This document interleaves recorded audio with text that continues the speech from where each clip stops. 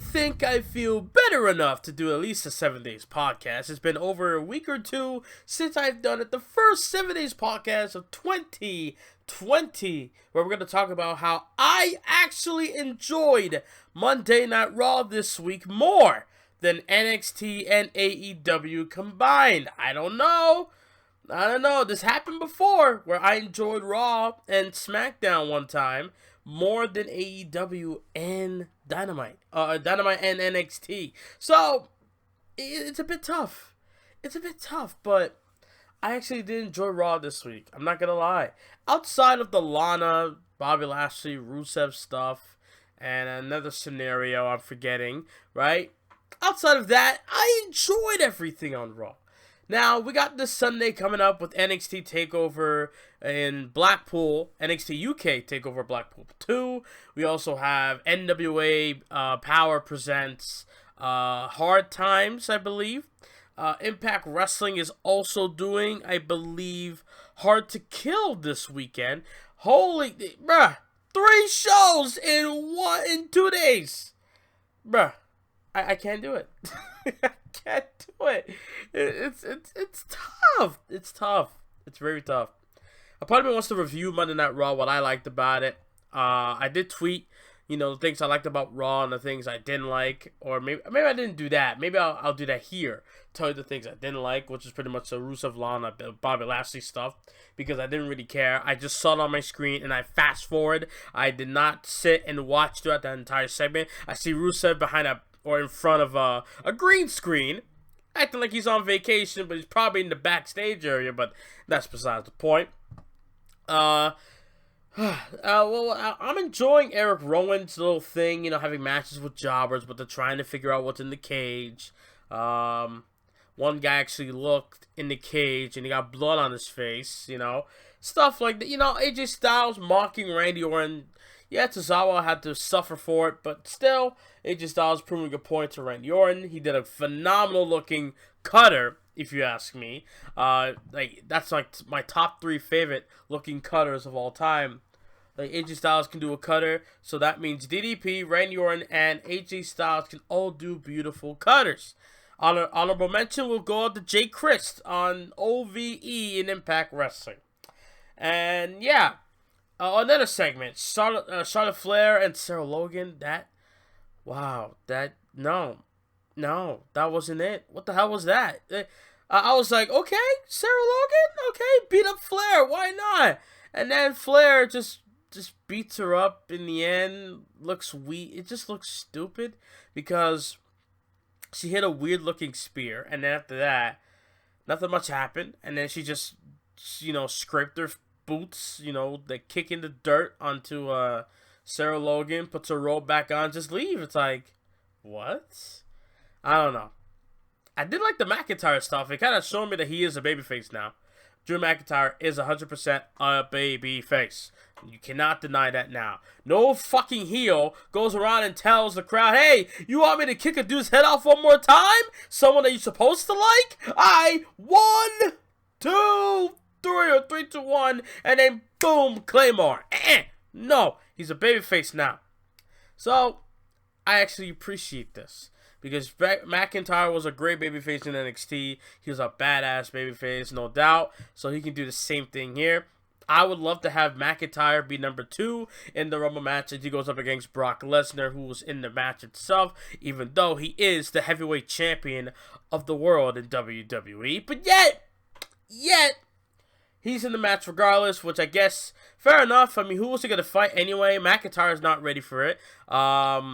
Rollins, I'd rather be fucking jumping out of my building and drop dead than to watch Seth Rollins and Brock Lesnar one more time. There's nobody else. Kevin Owens is not ready for it. Joe just came back, not ready for it either. You need people important enough to face Brock. And since nobody's there, why not have Brock in the Rumble? I don't mind it. Makes no sense. Yes, it doesn't make sense logically.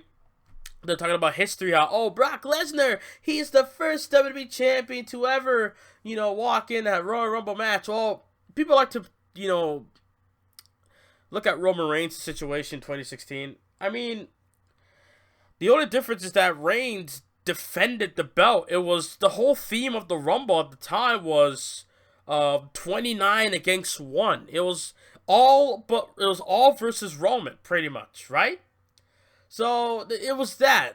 That was completely different. Not completely different, but like, it's not like this is gonna be a 29 versus 1 situation here. The title's not even on the line. So you eliminating Brock Lesnar does what to you? What does it do? Oh, it put the spotlight on you for a couple of seconds. Didn't Baron Corbin eliminate Braun Strowman, and what did that do for him? Nothing. In the Royal Rumble, I think 2017. Nothing. Did nothing. Like, Shinsuke Nakamura, I'm just saying, like, what does eliminating Brock Lesnar do? What if a SmackDown or NXT guy does it? Now, I wouldn't mind if Keith Lee or Matt Riddle wins the Rumble that way. Especially, I honestly, I can't say I'm more, I don't know. I was about to say I was more into Matt Riddle more than Keith Lee, but actually, I don't give a fuck who wins between those two. It's either Riddle or Lee. I'll accept both regardless against Brock for the WWE title. Why not? I would give it to Riddle because a lot of people would want to see him more. You know, it's actually a match, MMA type of match we would actually pay attention to see. Unlike you, Cain Velasquez. Should have went to AEW. You were better with the mask on than the freaking AAA. But no. You want to come to WWE just to get that fat ass paycheck and to be with your friend, your compadre, and Rey Mysterio. So there's that. Got jobbed out at Crown Jewel against Brock in about 5 to 10 minutes, I believe, or even less than that. I can't believe they wasted Kofi Kingston's title reign for that match alone. It was pathetic. Either way, I obviously am going to go a different route because I don't want to be like everybody else. Oh, Monday Night Raw was garbage. It was shitty. Blah, blah, blah. This week, I was just not feeling that same way. Live in the Cheapskate Energy Arena, or Chesapeake. Chesapeake Energy Arena in Oklahoma City, Oklahoma. You did well on Monday night. Live on Raw, you had two good matches. The United States title between Rey Mysterio and Andrade Cien Almas. Also, you had the Triple Threat Tag Team title match between the Profits, OC, and Viking Raiders. Now, the thing I hate in a Triple Threat Tag Team match is when you have two dudes in the ring and you're tagging in and out. Oh shit, my tag partner is down. Let me tag in the tag champions who have a better chance of retaining their titles than me winning it. Why? That's just stupid. It's stupid to tag your opponents regardless, but still. Why the tag champions? I get it. Heels and heels, or heel versus babyface teams. I get that. But come on. This is why I hate that. This is why I hate this stipulation in a triple threat tag match where you gotta tag in anybody. It's stupid. It's a triple threat. 3 people should be in the ring. You don't see in a normal triple threat match where you have one dude on the apron waiting for a tag while the other 2 are wrestling in a one-on-one environment. I'm just saying. I'm just saying. I have to get that out there. I hate that stipulation. I don't care. AEW does it too. I hate it. I hate this stipulation. Freaking 2 people fighting in a 3-team situation. And I did research. I can't believe they used to do in a fatal 4-way match where you had to make tags with your opponent. What? No, I can't do it. No, I can't do it. Match was great though. I'm not gonna lie. The match was great. I actually thought the OC was gonna win the titles, and I thought Street Profits are gonna win the titles. And then the Viking Raiders, low key disappointed that they won because the Viking Raiders ain't doing shit with those tag belts anyway. They defeated everybody anyway. But Not like, but then again, I can't say, oh, if the Profits won, they would do anything. No, they won't. No, the tag titles, both in WWE. Like, SmackDown tag titles were more prestigious at one point, but now both tag team titles are just worthless. The New Day have it for what? I don't know, because the Revival are going away soon, so they just had to put on the New Day because reasons. At least Kofi has a record, 1,000 days as tag champ. At least he has that, but I'd rather Kofi Kingston continue to fight for the WWE title. Hopefully, watch my Elimination Chamber time. He's going to be like, I now want to get a title shot, but it'll be for the Universal title this year. I don't know. Samoa Joe kept teasing how he had like a third man. He challenged what people are calling it, the Architects of Pain, the AOP, between Seth Rollins and Akam and Razor, right? Challenged them to a 6-man tag. Kevin Owens thought that Charlie Caruso was going to get involved, but nah. Joe said he had a guy. I was like, I actually was intrigued. I was like, who are they going to get? Not Randy Orton. Who else? Is it going to be a returning legend? It can't be Edge. No. Some of them make sense. It can't be someone from SmackDown. No, we're not doing that again. Fuck a wild card rule. Anytime I see a SmackDown guy on a Raw show, I immediately have to say wild card, because you never know, okay? I don't care. Oh, Fox and USA. I don't care. It can happen. Look, they had Brock on SmackDown, and then they put him on Raw. The fuck? So, it doesn't really matter. WWE still have a say on who goes where. The Fox executives, they might not like it, but in the end, they just signed with WWE just for the TV shows. I don't know how much say they really have. In the end of the day, it's the WWE. If they wanted to, they could fucking stream their own shows on their own network. They probably won't make any money, but still. So obviously, it doesn't matter who goes where. WWE will be the one saying, you go here, you go there. Matt Hardy was on Raw for a couple of weeks, even though he should have never got drafted because he was on SmackDown before, right? So, on WWE.com, they changed his profile to SmackDown, even though he's been on Raw for the past couple of weeks. So, he was a Raw star, and then they put him on SmackDown. I don't know why. I have no idea why. Either way. But yeah, this whole thing with Sarah Logan and Charlotte Flair was just pointless. Honestly, I did not like it. What I also didn't like is Aleister Black taking on Shelton Benjamin. These guys can fucking main event any show, in my opinion, just based on wrestling ability alone. Yeah, yes, I get it. Aleister Black is not really, charismatic. I'm not saying he's not entertaining to watch. I'm just saying, well, he's not like, fucking, like a Rock or anything, like, or, New Day, all goofy and shit. I'm just saying, Shelton Benjamin, he's witty at times, but in the end, like, as far as promos go, they won't work. But I'm just saying, these guys can, just wrestling ability-wise, they can main event any fucking show.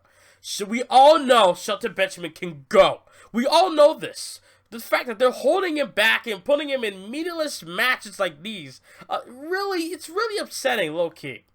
You see, when Shelton Benjamin came back to WWE, everybody was hyped. This whole new thing with SmackDown Live at the time, and, SmackDown being on Tuesdays and giving opportunity to SmackDown a little-ass roster, and then they bring in Shelton Benjamin. It's like, oh, shit! SmackDown's going to be lit. Look at the matches we're going to get. AJ versus Shelton. Dean versus Shelton. Gable versus Shelton. Or even team up with Shelton. Like, it's going to be great. And ever since he came, nothing happened. They gave him a new theme, which sucks still to this day. It's just giving back the ain't no stopping me now. But, man can dream, right? Man can dream.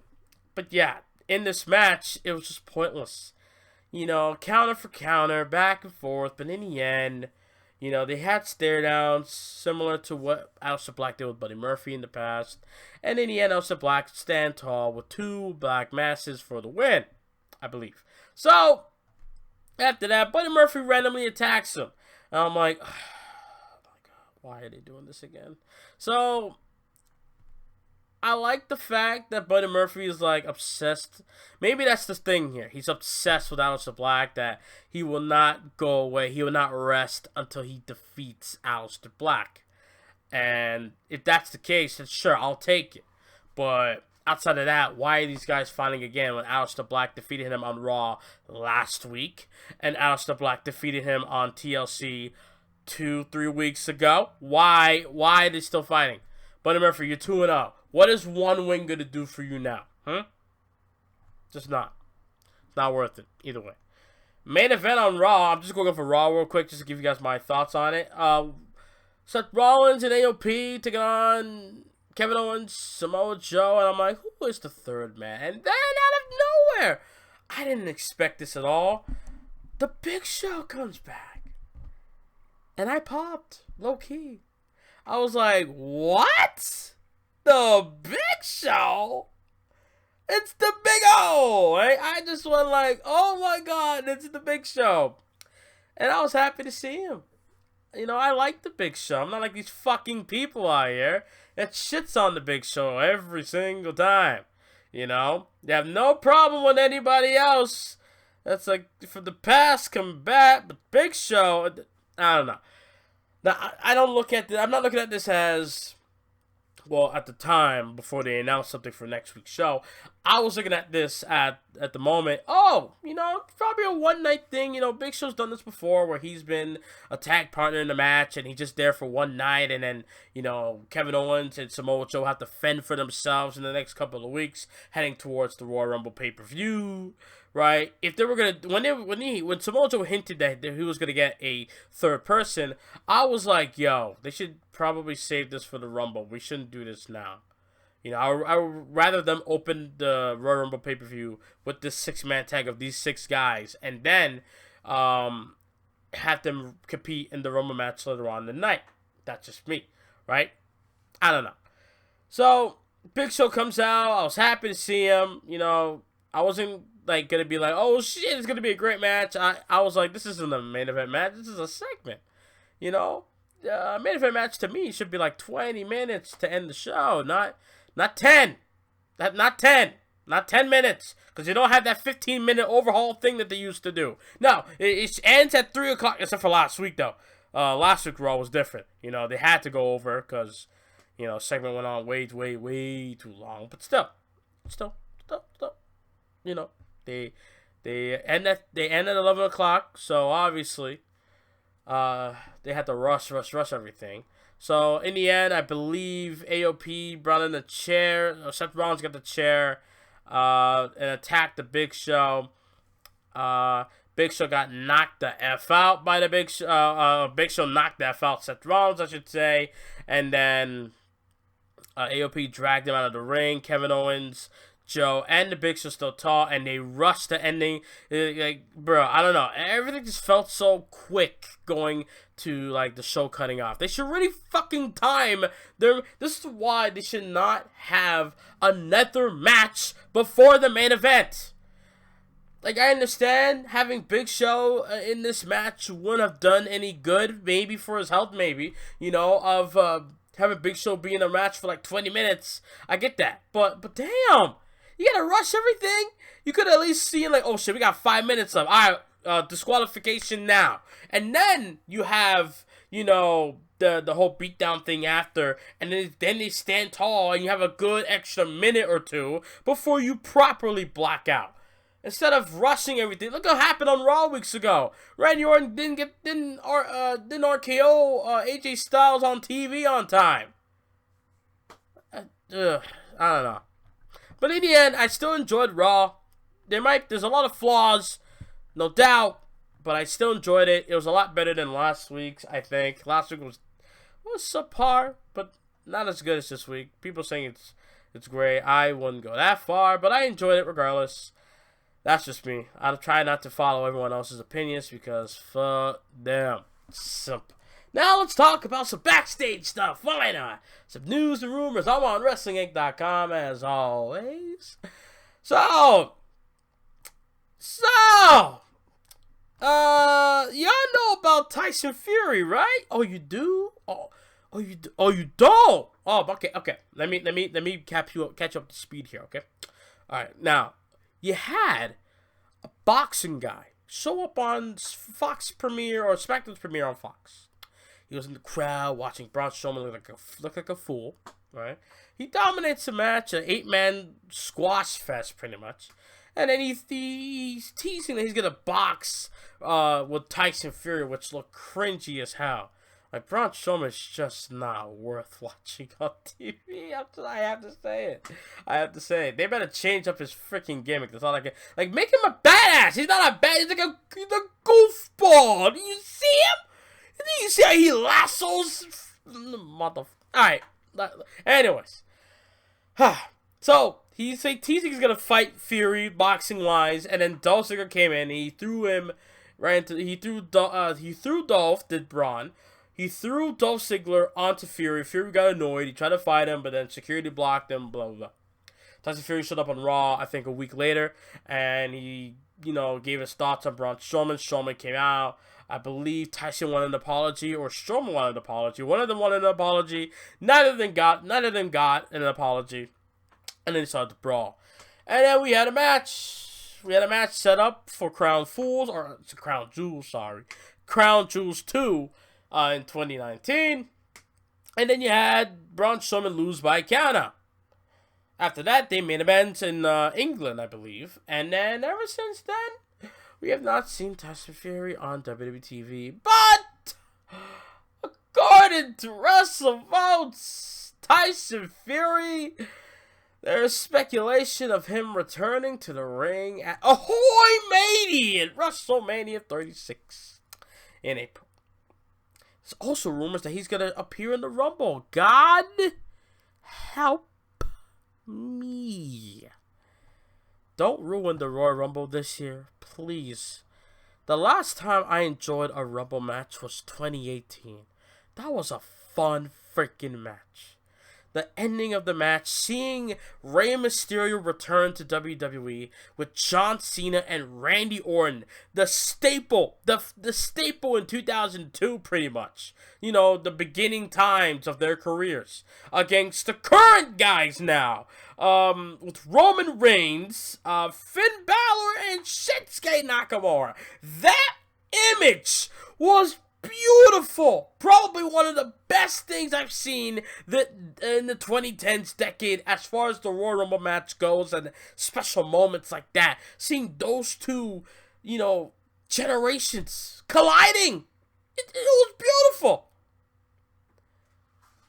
But ever since then, we had not gotten a good Royal Rumble match. Maybe the women's Royal Rumble match last year was good. I don't know. Maybe actually I might not say that now. I think it was a bit boring at the beginning, and in the middle, leading towards the ending, it was a bit exciting because of Becky Lynch. But outside of that, no, nothing much. Men's Royal match was trash. It was boring. It was really boring. It was like 2015 Rumble type of boring. It was that bad. But it wasn't like, fucking crowd taking over and just pulling everybody. It wasn't that bad. It wasn't Daniel Bryan getting eliminated in like 10 minutes bad. But still. Either way. Let me get to this report. The new report from WrestleVotes note that WWE sources say Fury's boxing match against Deontay Wilder on February 22nd is crucial to his WrestleMania appearance. If Wilder gets the win, Vince is going to throw big money at a man who just lost a fight on pay-per-view. Don't be surprised if Fury wins, because a little politics might give up. As we noted, there is said to be nothing to the rumors of WWE planning a match between Fury and Lesnar. Thank God. There's no word yet on who Fury might face at WrestleMania. Fury made his in-ring debut at Crown Jewel back in October 11th. Sorry, October 11th? Wasn't it the first? Wasn't it the first week? Oh, no, it was Halloween he made his debut, right? Yeah, he made his debut Halloween. Why the hell does it say October 11th? Bloody hell. Yeah, whatever. Yeah. So hopefully he does not show up at WrestleMania. I don't want him there. Please. No, not him. Not Cain Velasquez. No. Fuck these people, please. Chelsea Green. Let's get to the wrestling side now, because fuck Tyson Fury. Chelsea Green was reportedly considered for the main roster. Chelsea Green. I saw a photo of her on Twitter. She looks... Zack Ryder, you are one lucky sumbitch. That's all. And she's Canadian too. You got a good taste, Zach. You got a good taste, man. You and John Cena, both of y'all like Canadians. I appreciate y'all. I really do. Anyways, last episode on NXT, Chelsea Green made a surprising appearance attacking Mia Yim and Kaden Carter. Then she joined Robert Stone on the stage. He announced that 2020 will be the year of Robert Stone brand, and that begins with the signing of the hottest free agent, Chelsea Green. Robert Stone, obviously, is Robbie E. Green, who was signed with WWE back in August 2018, made a Raw debut back in December 16th, losing to Charlotte Flair, along with Deonna Purrazzo. Green made a number of appearances on the main roster, but they were not considered to be her legitimate call-up. In the latest edition of the Wrestling Observer Radio, Dave Meltzer mentioned that the initial idea was for Green and Purrazzo to be looked at for either Raw or SmackDown, since they were not on NXT television. With Green's appearance on NXT, she is apparently now off limits for the main roster for a while. There's no word yet on the status of Deonna Purrazzo. So, shoot. The only reason I can see why they brought up to the main roster is because of Zack Ryder. That can only be the reason why. Now, if she's put on SmackDown, then I guess that's not the reason at all. Either way. Yeah. Appreciate it though. I have been wanting to see Deonna Purrazzo in the ring for a while, along with Chelsea Green. Ever since I heard that she signed over to WWE. So yeah, I just like, what's going on? Come on, what's going on now? Let's see. Should I really talk about John Cena? That's a whole article to read. Fuck. I'm so lazy. Oh my god. Okay. So, John Cena. Okay. John Cena. John Cena revealed that he's currently filming the Suicide Squad sequel, which is theaters August 6th, 2021. It's very tough. It's very tough to watch WWE TV and just keep reminding myself, John Cena's not there anymore. It's like, yeah, we got Randy Orton, and we got Roman Reigns, Seth Rollins, Rey Mysterio, Andrade, but damn. I can't lie to you. I honestly believed what he said. WWE's his home. This is his life. This is his passion. This is all he got. I believed him. Now he's gone. Damn. Either way, yeah, I'm glad that he's doing good in Hollywood. Quote, that's a great question, Cena said. Right now, I'm smack dab in the middle of filming a new installment of the Suicide Squad. Full movie mode. Yes. Kimmel did ask Cena if he's in wrestling mode or in movie mode, and if there's a difference. Cena also talked about training for WWE and the movies, in which he works out harder for it. Quote, the days are actually longer doing the movie, so believe it or not, even though the touring schedule is grueling with WWE, I actually have more time to work out.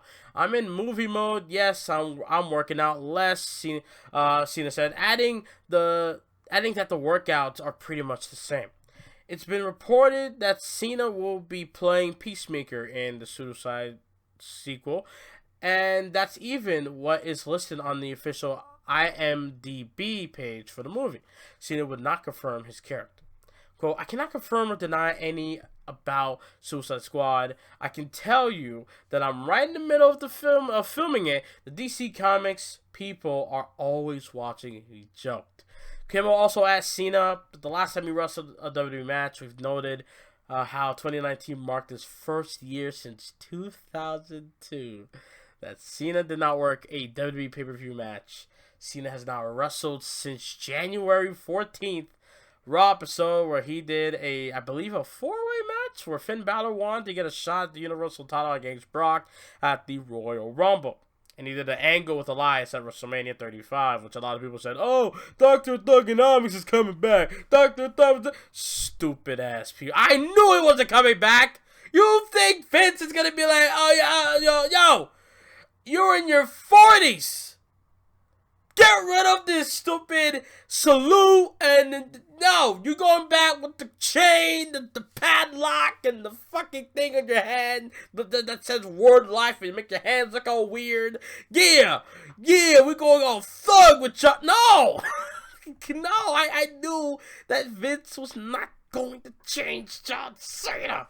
No, Cena has no problem doing it, but Vince is not gonna do it. He's stubborn. That 74-year-old coot is stubborn. Not gonna do it. Either way, I like Cena how he is, whether he's Chang Gang or C Nation. Doesn't matter what he is.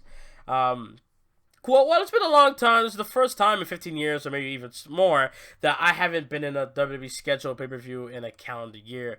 So this is the first big transition. You spoke a lot about NFL quarterback Tom Brady moving elsewhere. I'm officially moved else. I'm not a regular player. WWE's still in my heart. I'm still a part of the family. I still keep in touch with a lot of the folks. I try to do my best to teach and mentor and help when I can. But man, I'm 42. I'm getting the beat.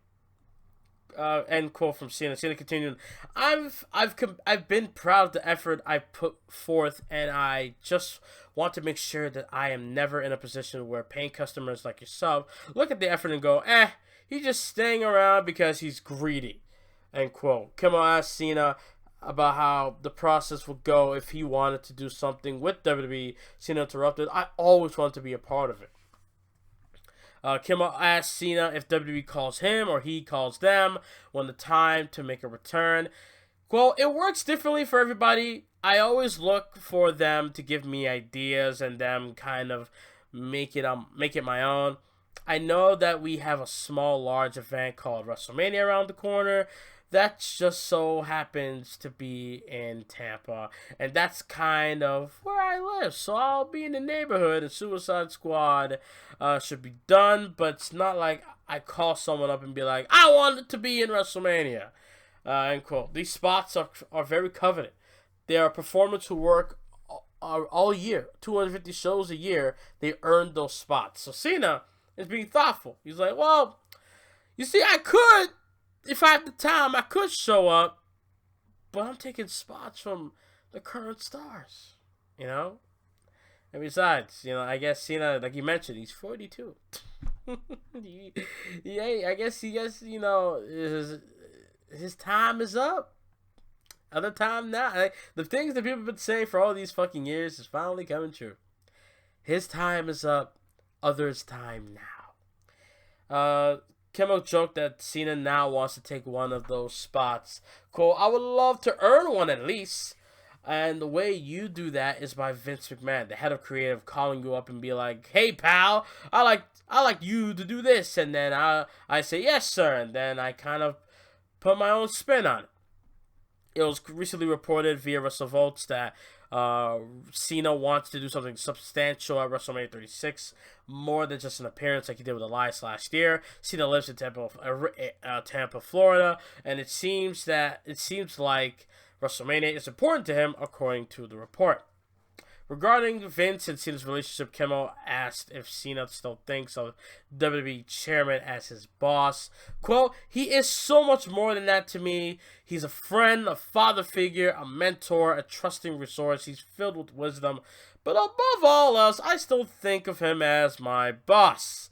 Cena continued about Vince. He also had a tremendous effect on my life. I mean, that's a couch session for you, and I'm probably going to have to pay you a therapist fee for that, Cena joke. But really, he really has a tremendous impact on my life. Cena also revealed that he spent some special time with his family for Christmas this year, which was nice as he usually has to head to work for an annual post-Christmas WWE Live event tour. This led to Cena and Kimmel hosting a special segment that saw the former WWE champion destroy terrible holiday gifts for viewers with a large mallet. So, wow. Yeah, pretty much. I think Cena doesn't have someone left a comment here, literally, under Ernie J. Cornette says, Cena has no desire to wrestle. He's probably holding out until Vince offers him a boatload of cash, which is kind of true. John Cena not able to, just doesn't feel like winning or competing anymore, which I don't blame him.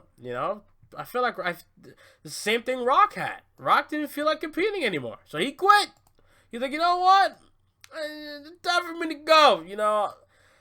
Even though I love the WWE, The Rock said the same thing. That, WWE's in his blood. He loves WWE, all this shit. But in the end of the day, he has other goals in mind. He wants to achieve them, and he did. He's the hottest fucking movie star, period. When you think movie star nowadays, you can't think of anybody else but The Rock. Maybe Will Smith. Maybe Batista now, I don't know. But The Rock is the number one guy you immediately think of nowadays. It's hard for you to think of a movie, well, at least for me at least, it's hard for me to think of anybody outside of Will Smith and wrestlers as like big movie stars. I don't know who else is a fucking movie star. What's that one guy? I forgot his name. Gennaro, whatever the fuck, him, that dude, yeah, the one that everybody likes or some shit. I don't know. He won a lot of awards. The Gennaro, I don't know. I can't pronounce his name. I refuse to pronounce his name. Anyways, AEW. Let's get to AEW. AEW announces another match for AEW Dynamite Bash of the Beach. They actually get to keep the name. Fuck WWE for this. Oh yeah, they get to keep the name. AEW just announced Sammy Guevara versus John Moxley for next week's episode of AEW Dynamite Bash at the Beach. AEW just tweeted, just signed for next Wednesday, January 15th. AEW Bash at the Beach live from Miami, Florida. Guevara versus Moxley. Get your ticket to AEWTix.com. This will be live at the Watsco Center. So we got the matches set. We got Pac. I say Pac. Fuck it. Pac versus Darby Allin. Chris Statlander and Shida. Hikaru Shida taking on Awesome Kong and Mel, which I'm pretty sure is the short-haired chick. MJF, the Butcher and the Blade. The Butcher and the Blade. The Butcher and the Blade. One is a genius, the other is lame. The Butcher and the Blade with the bunny. Versus DDP, Dustin Rhodes, and QT Marshall. And then you got Guevara and, Moxley. There you go. Backstage news on why Brock Lesnar is he's number one in the Royal Rumble match this year. As known, the Beast and Paul Heyman announced on Raw this past Monday night that Lesnar would be in the Rumble match. First of all, it's reported today that Lesnar was put in the match as a way to set up his match on the biggest show of the year, WrestleMania. Lesnar being in the Rumble match could lead to several different matchups. And in speculation, we could see Lesnar versus a WWE, NXT, or a SmackDown superstar. This was mentioned in Heyman's promo last Monday night. There's still no word on who will Lesnar face at WrestleMania, but it's been reported that there's no truth to the rumors of Cain Velasquez taking on Lesnar or Tyson Fury taking on Lesnar at WrestleMania in Raymond James Stadium. Thank God. For those wondering, Lesnar's WWE title will not be in the line of the Rumble match. Roosevelt also noted that Lesnar would not be winning the Royal Rumble. The 30 Man Royal Rumble match currently has 22 spots open. Confirmed participants are Lesnar at number 1. You got Roman Reigns, Randy Orton, Drew McIntyre, Ricochet, Rey Mysterio, AJ Styles, and Eric Rowan. yeah, Eric Rowan as well. Wow. Yeah. They're in this match. Charlotte Flair is the only one that named herself in the women's Royal Rumble match. I honestly feel like they don't need to do the women's. Honestly, can I be honest with y'all? I don't think they need to make the women's Royal Rumble match, a yearly thing. You know what I'm saying? I would love it if the women did something, like a bunch of women in the ring and they're just fighting each other and chaos happens. And then a McMahon comes out, like Stephanie or Vince come out and be like, you know what? There's only one match. Like, William Regal comes out and he's like, there's only one match to solve this. And he's like, War Games. You do that for the women. Women's Royal Rumble. You make that a big deal. You let the women, you don't need to do it every year. You pretty much pull a Regal with NXT War Games. You just have the women. You just have a boss come out and be like, I'm gonna try to restore order here tonight, and I'm gonna do it like this. At the Royal Rumble pay-per-view, we're gonna have the return of the women's Royal Rumble, and then yeah, that's just me. I feel like they should do that. They should make the women's Royal Rumble, that much important. When you have the boss come out and just announce it like how Regal does it on NXT. Hey, with all this shit going on, this match is happening. That's just me. It's been reported that each Rumble match will feature 10 superstars from Raw, NXT, and SmackDown, but it has yet to be confirmed. Royal Rumble was live on the 26th of January in Minute Maid Park in Houston, Texas. Io Shirai reportedly unhappy with WWE NXT. Please don't go, Io. By the way, Io Shirai is she is she's just That's all I'm gonna say. She's that good. I'm just saying. Anyway, Io Shirai unhappy with NXT. Stardom offered a big contract to Io and Kairi. Damn. Okay, fair enough.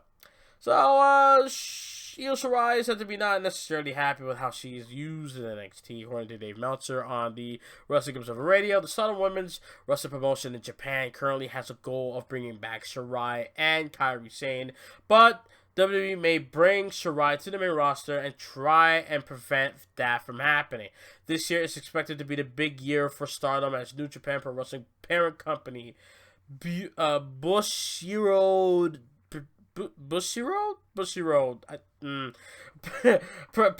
purchased them last fall and will put a lot of resources and marketing into the promotion moving forward. Meltzer noted that Stardom is looking to try and run bigger shows this year, but they recognize how important it is for them to try and sign real stars like Shirai and Sane. There are both already stars in Japan, but their runs in the WWE will add to that. Bushiroad reportedly wants to offer a lot of money to Sane and Shirai to stop them from re-signing with WWE. WWE may move Shirai to the main roster as her pay will then go up, way up. Meltzer noted that Shirai's NXT pay is nothing special, but she'll make more money in Japan and working less dates. But because of her merchandise pay, there was no further. She's a heel. Obviously, merchandise is going to play a factor. She's a heel. Oh, come on. But either way, I don't know. But then again, The Fiend is a heel. But yeah, his merchandise is killing it. I don't know. Triple H, what you doing? I don't know. Either way, there was no further details revealed on why Shirai is unhappy with NXT. But besides that, she has her fiance back in Japan, Shira, and NJPW star Evil are engaged to be married, but there's no word yet on when they will tie the knot. And my towel just fell to the ground, which is fucked up. It's fucked up. I should clean my floors. I don't know. There's also no official word on when Zayn and Shirai will see their contracts expire, but stay tuned for updates. Zayn reportedly signed a 3-year deal back in 2017. Shirai signed with WWE around the summer of 2018. So there you go. I hope they don't. I don't know. I can't really say. Oh, I hope they. If they're not happy, then fucking leave. You know what I'm saying? I'm not gonna be like everyone else. Be like, oh, they should leave AEW. No. I'm just saying, if you ain't happy, cut. Just leave. Yeah, you know what? Screw you guys. I'm going home. It works. Trust me, it works. It works. Screw you guys. I'm going home. So that's just me. Another one. Okay. Yeah, we're gonna go for an hour. Screw it, I don't give a damn. We got two more shits to talk about. We got 2 more articles after this one. WWE reportedly has no plans for a mask versus title match between Rey Mysterio and Andrade Cien.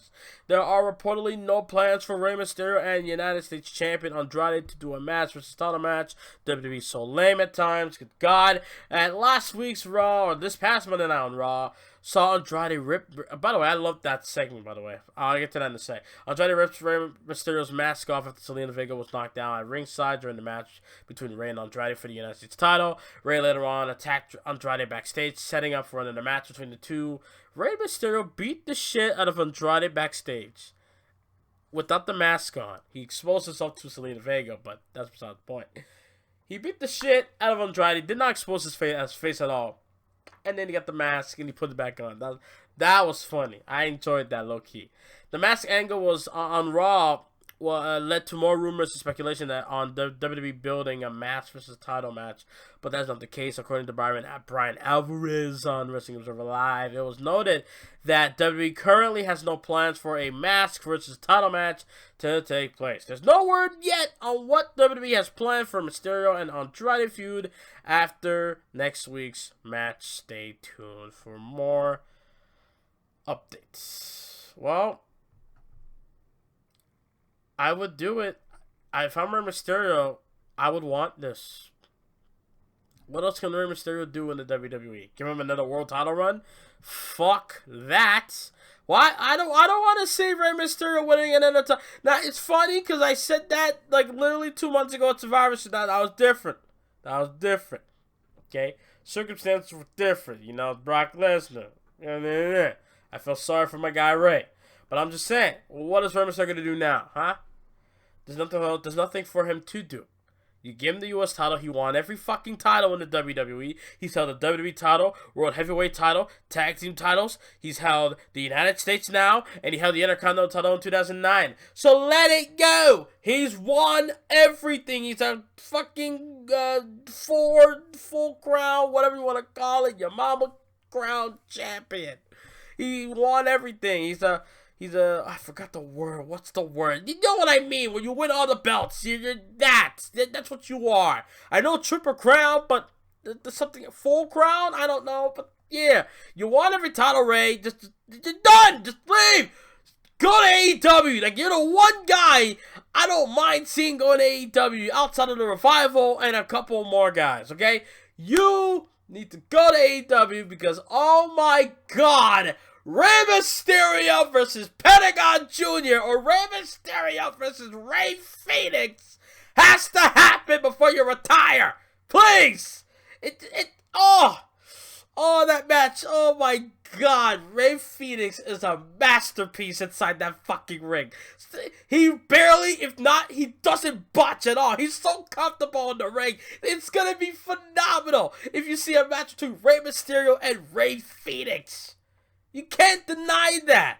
That's a classic win to happen. WWE, just let him go. Let him go. Please. I'm sorry. I love good wrestling, man. I just do. I watch NXT UK this week. And Ilya Dragunov, or how do you pronounce his name? The first name, I mean. Dragunov took on Alexander Wolf. I think that's his name. I'm thinking of just Alexander Wolf in a no disqualification match. That match was brutal, and I enjoyed it. I enjoyed that match. I enjoy wrestling. I enjoyed Cassius Ohno taking on Ligero in a match where he literally did not use strikes at all. He literally out-wrestled the dude. It was good. I love it. I love it. People find technical wrestling so boring. They need their flippity fucking flip do-it-ons. They don't enjoy good technical wrestling. Why do you think I love Bret Hart so much? He can technically wrestle. Why do you think, despite the fact that he done fucked up shit, did Benoit, I still love Benoit as a fan, as a wrestling fan of what he's done in the ring, because his technical he lived up to what he's been saying. The best technical wrestler in the fucking business, okay? Bruh, I love technical wrestlers. I do. Technical wrestling is my forte. Simple. Now let's get to this one before we get to the main one, which is AEW beating NXT in ratings. But let's I'll tell you how much they did. But Nia Jax, remember her? Not like most girls, right? The same woman that called out Grimm's Toy Show for calling her Battle Cow. Remember that? I do. Never forget it. You know, like, man, I'm just saying, Nia Jax is coming back. Nia Jax is coming to town. Yeah. Yeah. You know, it was actually kind of good that Nia Jax wasn't there. I'm sorry. It's a bit insensitive for me to say, but I can't help it. Nia Jax, I mean, I hope she improved in the ring. Like, I'm not saying she can't run. I'm just saying she doesn't entertain me. She boring. That one time she yelled, "My title!" Remember that shit? Oh my lord! I know. Just Nia, please, with that 6 head. If you don't back up from me, Nia, look, okay. I don't care how big you are. I don't care how much fucking makeup you wear, which, I honestly, I think you're beautiful without the fucking makeup. Don't be like fucking Charlotte Flair. Barbie doll looking ass. Fucking gotta go to Walmart, aisle 5, where the doll section is. Right beside Barbie and fucking, another doll. Right? The My Little, whatever. Don't. Why do women's wrestlers fucking wear makeup before they wrestle? Before the sweat and the makeup is gonna get all fucked up. Why? I don't get it. That's the one thing I always ask the question. If I ever sat down with either Sasha, Becky, a fucking Natty, Ronda even, I don't care who you are. If you're a woman, I'm asking this question. Even Sonny Kiss, if I have to, I'll ask him that same question. Why do you wear makeup when you wrestle? You look good on your way out, but then on your way back to the curtain, you look fucked up. So why are you wearing makeup? Oh, God. Look at Shayna Baszler. You barely see makeup on her face. She does wear makeup. She does. But you barely see anything. She's not like wearing anything like so major and look all pretty and shit. And then she looks like a fucking wreck after the match. No. She just has on the basic shit. She probably got like fucking Vaseline on her fucking face. Maybe a little eyeshadow here and there. You know. But all that shit just wipes out and looks clean. Simple. But everybody else, Sasha Banks, have you seen Sasha Banks after she's been in wrestling matches with their makeup on? Or Charlotte Flair even? Jesus Christ. Anyways, I'm losing track. Nah, you look good without makeup. Just don't. You don't need it. I'm just saying. Anyways. It was noted on Twitter by Dave Meltzer of the Wrestling Observer newsletter that Jax could still be back in time for the women's Royal match later this month. Not sure, quote from Dave Meltzer, but Nia timetable, last I heard, made that at least a possibility, I should say. Meltzer wrote when a fan asked about if Ruby Riott or Jax will return at the Rumble. Jax underwent knee surgery back in April 25th of last year and was set to be doing great ahead of schedule with a recovery during the summer. It was reported in June that she would be back in time for the Women's Rumble match. There haven't been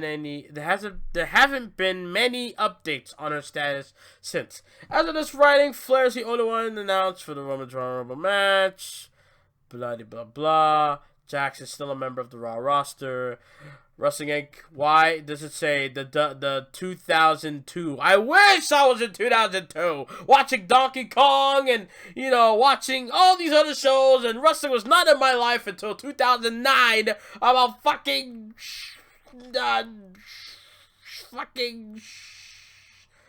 7 years later. It took me time. Yeah, but yeah, 7 years later, WWE wrestling came into my life. Like, it's a full-time thing, like a full-time job, like, which I need. I'm broke. Anyways, yeah, Rumble 26th updates for the Rumble and Nia Jax's situation. Okay, one more thing before I go to AEW. So CM Punk had a little bit of words with The Miz. Okay. 35 minutes before the 1 hour mark. So, The Miz talks some shit. Well, a little bit of shit. He's like, oh, I'm sorry, I didn't change the culture. My bad. Right? He said that. So then Punk said, quote, go suck a blood money covered dill in Saudi Arabia, you fucking dork. Now, I saw that. I'm like, oh, shit.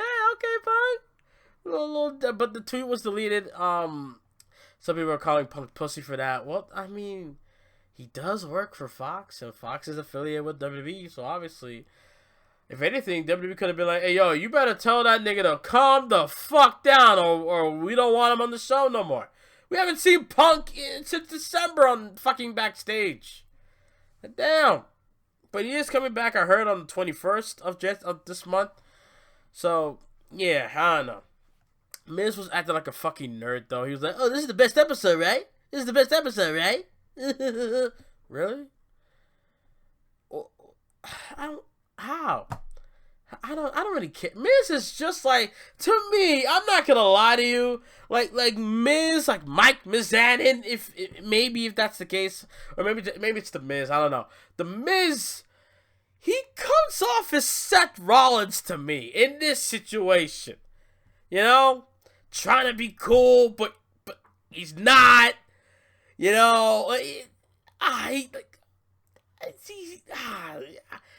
like Seth Rollins is worse, no doubt. But The Miz, I'm not going to show any, all I'm going to say is, look, I'm not going to act like Miz didn't have it harder than Punk, or Punk had it harder than Miz and WWE at the time when they debuted. They both had hard times. People didn't like Punk backstage. They wanted him fired, I think, as soon as he got hired. Miz got bullied by Benoit and Layfield. JBL backstage, he ate chicken, so then he got kicked out of the locker room, which is the funniest shit I've ever heard. It's funny but fucked up at the same time. It's like, you're really, I'll be grossed out. Yo, fam, eat that shit outside, please. But I wouldn't kick him out. Damn. Shit. But look at him now. Hollywood star. Well, he's not really. He's a fucking straight to DVD looking at. But hey, either way, still making money. Hot wife, beautiful kids, championships under his belt, main event of Mania, which was one of the worst in the 2010s. Don't argue me on that one. I think WrestleMania 32 might be worse than that. I honestly don't know. Some might say 27 might be worse. I don't know. Well, at least 32, there was a reason. People were hurt. So 32 gets a little bit of a pass. It was still bad, but it was still a pass. 27 was way worse. Now thinking about it, because it was a setup to WrestleMania 28. so yeah, 27 was just 27 was a transitional show. That's sad. Miz main evented a transitional WrestleMania. But then again, he did main event over CM Punk though. He still main evented WrestleMania and Punk did not. One of the reasons why he quit anyway. So that's maybe a little sour grapes there from Punk. Like, oh, you main evented WrestleMania, huh? You don't deserve it. Fuck you. Either way. All right, main event time. Before we go, literally have a minute or less than a minute. But I'm not gonna be on the dot of an hour. Fuck you. Anyways, AEW tops NXT in viewership. NXT fails to crack the top 50. I'm not gonna lie. The only thing important I found on NXT was Gargano and Balor. I enjoyed the segment. I could care less about the 4-way match for the North American title opportunity. I just didn't feel it. I'm not saying the match wasn't good. I just skipped to the ending. See who won. Keith Lee won. Nice. Dusty Rhodes Tag Team Classic begins. I don't know. I guess I'm not really a big fan of tournaments like I thought I would be. I'm just going to wait till the ending, see who gets there. You know, I don't really know who's in the fucking thing anyway. I heard that the Undisputed Era was in it. I'm like, wait, but I thought in the end of the day, not only you win the match, the tournament, you also get an opportunity at the NXT Tag Team titles. But I guess that's not going to happen. I don't know. Either way. So AEW... let's see. AEW had 947,000 viewers. NXT had 721,000 viewers. Damn. That's crazy because NXT beat their ass on a couple weeks ago. I think it was the 18th they did. Yeah. AEW ranked 6th on the cable top 150 while NXT ranked 55. AEW ranked 36 in viewership. NXT ranked 45 in viewership. Last week, Dynamite's episode drew 9. Okay, yeah, we get that 967,000 viewers and ranked number 13 in the cable top 150 and number 40 in viewership.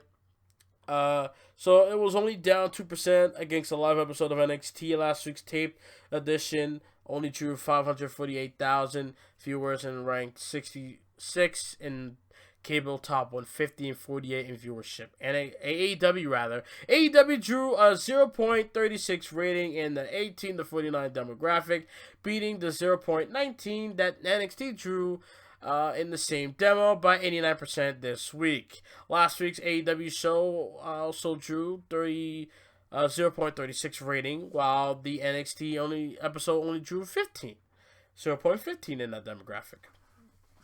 This week, NXT's episode was the first regular live show 2020, headlining beginning of the 2020 Dusty Rhodes Tag Team Classic and a 4-way match. Winner would face Roderick Strong for the North American title, which was won by Keith Lee. Dynamite episode was a big anniversary edition. Real Housewives of New Jersey on Bravo topped the night in the 18 to 49 demographic on cable top 150 with the 0.45 rating, beating both NBA games on ESPN. Hannity topped the night on cable in viewership with 4.196 million viewers, ranked number 10 on the cable top 150 with the 0.31 rating in the 1849 demographic. The Jeopardy special on ABC topped the night on the network TV in 1849 demographic with 24 rating and viewership with 872 million viewers. Damn. The hell y'all be watching? Jeopardy? Well, I mean, actually, no, Jeopardy won't be so bad. But the hell is Hannity? What type of show is that? NBA, fair enough. The playoffs not going off yet. Once that happens, yeah, it's over. It's over. It's over. WWE and AEW is going to suffer. Trust me. It's going to be like baseball World Series all over again. Real Housewives of New Jersey. Oh, that might be interesting because, a lot of New Jersey people are crazy. If you watch Jersey Shore, then you understand. Either way, at the end of the day, 840 million viewers to get total in 2019 over 12 episodes. That's and the average was 300,000 viewers per episode. We're watching in total of both NXT and AEW combined. You gotta love it. You gotta love it. 2019 NXT had 10.205 million viewers in over 13 episodes, 785,307 viewers per episode. That's NXT. That's 2020 NXT viewership tracker. Below is our 2020 AEW Dynamite viewer tracker. First up, January 1st was 967,000. 967,000 viewership, 0.36 rating, and 1849 the demographic. This week's episode, I believe, this week, January 8th, 947,000 viewers with the 0.36 rating and 1849 demographic. So there you go. Well, they just, I still don't like the idea of NXT being on TV because I can't watch it live like the people in the States can, or people in the UK can, or even Australian people. They got a whole network now that I can watch NXT live like everyone else could. It's like, I want to watch NXT live too, you know? What the fuck? Like, Triple H! Get NXT a TV deal with let's see, who could, TSN 1 or 3, TSN 5, you know, something, TSN, or, Sportsnet, do a better deal with Sportsnet, like, AO, like, Wednesdays, I don't know, something. We have a lot of Sportsnet channels, so we could work something, I don't know, but either way, in the end of the day, AEW, I honestly believe that NXT should not be on TV. It should go back on the fucking network. Please. That's all I ask for. Anyways, that is it. Wait, actually, no. One last thing. I was about to leave, but I'm going to give you guys my NXT UK TakeOver Blackpool 2 preview and prediction. I must give you my predictions, because if I don't, who will? Okay. Let's see. Where are the matches, man? I want to know the matches. What is going on? What is going on? I want to know the matches. Where the fuck is the matches? Please. Oh my god, do I really have to go on shows? Oh, there we go. There we go. Got it. Yes. Alright, NXT TakeOver Blackpool, or NXT UK TakeOver Blackpool 2 in 2020. We got 1, 2, 3, 4, 5 matches. Oh, beautiful. It's going to be like maybe a 3-hour show, because you never know. That fucking Cardiff show was 3 hours. Good grief. That main event match was like, what was it, 40 minutes? Good grief. But it was a classic, though. Gotta give him that. Anyways. We got Trent Seven taking on Andy Dennis. Now, I ain't gonna lie, I have not been watching NXT UK as of late, but I did watch this week's episode. But I have been following Trent Seven a little bit. He was gonna have a match, and then I guess Andy Dennis was he was that one guy that kept stalking. That one guy who's wearing like a black vest. He kept stalking, I guess, Trent Seven. Dennis been trying to make a statement at the expense of Seven. He had a strong interest in Trent, but now Trent Seven wants a piece of Dennis, so it's gonna happen. I'm gonna give it to Dennis. I think this is his debut match. I don't think he's wrestled before. Yeah. Yeah. I think this is his first match, so I would give it to Dennis. You know, Trent doesn't really need the win right now. You know, we could build off of this. You know, give him a couple of weeks, give him a rematch, and then, you know, let him have a 2 out of 3 falls or something. Maybe an Iron Man match. You know, you let Trent get a win after, and then you have the Iron Man or 2 out of 3 falls match later on. So I'm going to give this one to the homie Eddie Dennis. Tyler Bate taking on Jordan Devlin. Now, the only thing I know about this is that Devlin's been talking a lot of shit about Tyler Bate, how he let us down. He had the whole UK fans down as far as not winning the UK Championship. Devlin's been trying to make a splash at the expense of Tyler Bate. So, they're gonna settle it at TakeOver Blackpool 2. So, I'm gonna give this to... I honestly can see Jordan Devlin winning here. You know, Tyler Bate could use a win because, you know, after that loss at Cardiff back in August, you know, he could use a big win. But I don't know. Tyler Bate, you know, he is a successful man. You know, he's the first ever WWE United Kingdom champion. Tyler Driver 97 on Pete Dunne for the win, I think. And then NXT Tag Team Champion with Trent Seven back in 2018, I think. So, but unless Tyler Bate is leaving NXT UK to go to normal NXT, then I guess, you know, I could see Bate winning if he's staying. But I'm going to go with Jordan Devlin for the win if he does leave. So I'm going to go with Jordan Devlin in the end of this. So Eddie Dennis and Jordan Devlin, the heels, are getting a win over Mustache Mountain respectively. Now the title matches.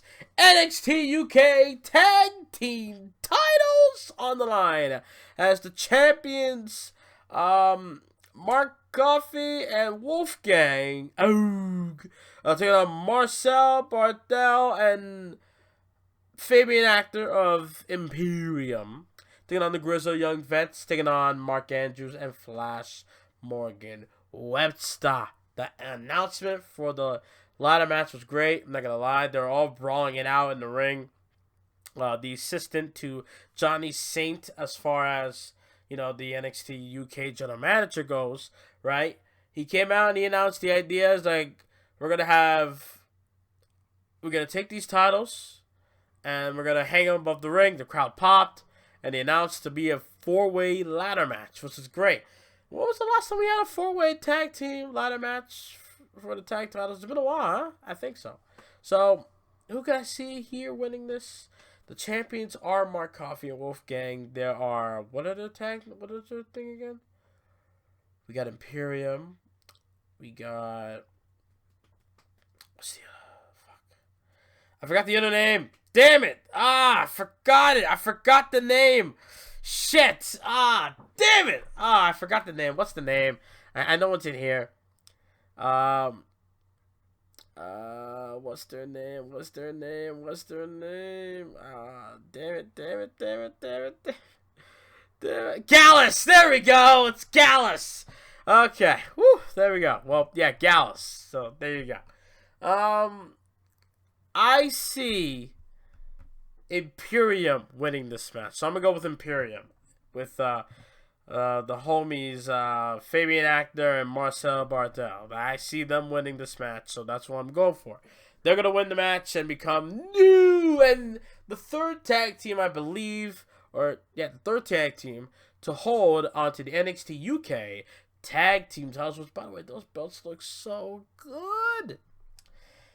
NXT UK Women's Champion Kaylee Ray. She looks okay.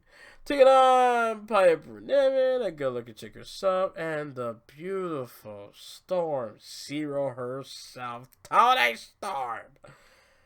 Oh my god. Honestly, well, after what happened on NXT, you gotta give it to Toni Storm now, because you can't book a match at Worlds Collide. Oh, Toni Storm is gonna fight fucking Rhea Ripley, and she's bragging about, oh, it's gonna be a title for title, I'm gonna be Tony 2 belts, like the crowd chanted.